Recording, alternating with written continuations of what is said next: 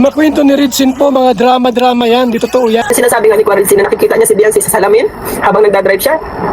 Naiyak na talaga ako doon kasi ramdam mo yung lungkot ng bata. Plastic! Plastikan mo. Plastikan ni Manilin. Galing mo mag-drama, no? Ayan, grabe. Yan po yung matinding kaganapan kung saan nga po yung defender ni Biancy, ni TQ. Talaga naman pong nagpapabida-bida. Ayan, kaya hindi nga po tayo magtataka kung bakit nga po tahasang susupalpalan sila ni Kuya Bal ng mga malulupit na salita. Ayan, grabe. At syempre, hindi na rin po tayo magtataka kung bakit nga po Kuya Bal nawalan ng tiwala kay TQ.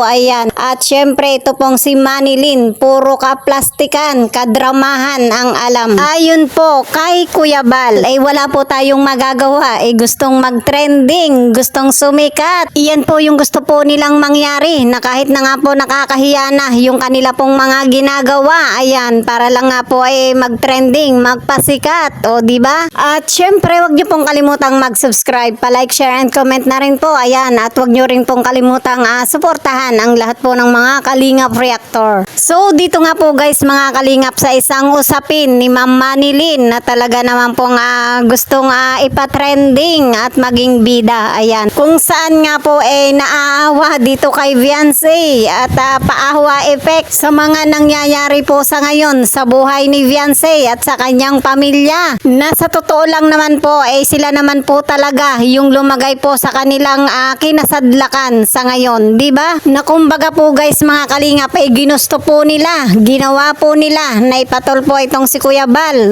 Di natural lamang po na ito yung maramdaman ni Kuya Bal na mawalan po ng tiwala dito kay Biancy. At syempre dun po sa mga taong nagmamalasakit kay Biancy, especially nga po kay Ma'am Manilin na talagang lantarang ipinakikita yung kanyang paawa effect para kay Biancy, di ba? Kung saan po talagang lantarang nagdudulot ng iba't ibang reaksyon ang kanya nga pong ginagawa, di ba? At ayon nga po dito kay Ma'am Bopil, tinatanong nga po niya kay Ma'am Manilin kung ano nga ba, kung ano yung problema niya at ano nga ba yung kanyang ipinaglalaban. Syempre para sa atin po guys mga Kalingap, syempre para maipakita po ni Ma'am Manilin na talagang siya po ay naaawa dito sa kalagayan nga po ni TQ. Ayan, at sa buong mundo pa, hangad pa po niya na talagang ipakita yung kanyang kawang gawa para dito kay TQ, di ba? At maging nga po sa social media, ayan, nagawa pa nga po ng sariling account para lang po maipakita ni Ma'am Manilin yung awa po niya para kay TQ.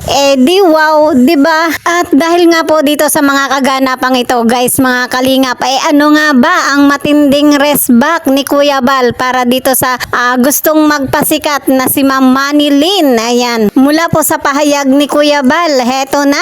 Yung makwento ni Ridsin po, mga drama-drama yan, di totoo yan. Anong kwento ni Ridsin sa kanya? Si Biancy nasa likod ng kotse, malungkot. Ngayon, iiyak ka. Hindi bagay sa'yo. Bopel, yung katunggali mo, iiyak na, lumalaki ang ilong. Sobra nakakaawa yung bata.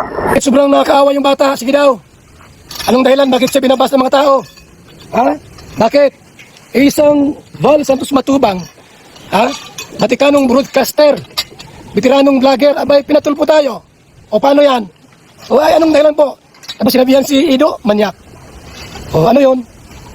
Kayo may gawa. Kung bakit itong si Biancy po ay nabash ng mga tao. Sa buong Pilipinas na yan. Ngayon, malulungkot ka. Nagka-channel nga ni, tuwang-tuwa nga sila. Tapos, nung nag-live si Biancy, ginagayayita yung pao sa buses. Maawa ka sa ganon? Drama pa more! Manilin! Pambira. Sinasabi nga ni Kuya Ridsin na nakikita niya si Biancy sa salamin habang nagdadrive siya. Naiyak na talaga ako doon kasi ramdam mo yung lungkot ng bata.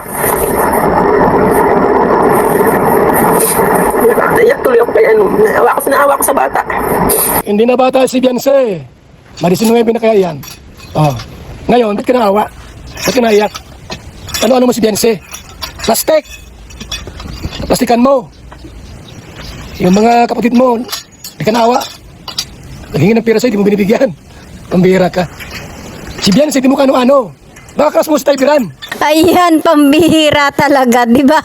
Eh, malamang sa malamang, eh, baka yan din nga po ang dahilan. Kung kaya nga po ipinakikita yung awa, yung pag-iyak sa social media, yung awa para kay Viancy, ito baka ito nga po yung dahilan. Eh, kasi nga baka may gusto nga po kay Tatay Biran. Yan po ay ayon kay Kuya Bal. So, sa mga nangyayaring ito, guys, mga kalingap, eh, hindi po natin alam kung sa mga dahilang ito ay talagang nasasagad na nga po si Kuya Bal sa mga nangyayari at lalo pa nga po sa ngayon na kumbaga po ang gustong mangyari ni Kuya Bal ay magkaroon nga po ng aksyon yung mga taong nambalahura sa kanya, nanira at syempre yun pong nambastos at nagpatulpo, di ba? Na kumbaga ay talagang kailangang managot yung mga ginagawa po nila para kay Kuya Bal, lalo pa nga po yung ginawa ni TQ, yung kanyang pagpapatulpo kay Kuya Bal, di ba? Na hanggang ngayon nga po ay hindi makamove on itong si Kuya Bal. Talagang sobrang sakit yung ginawa nga po. At dito ay masasabi nga po natin, guys, mga kalingap, na hindi pa nga po tapos ang laban ayon kay Kuya Bal. Kung saan ay managot ang dapat managot, di ba?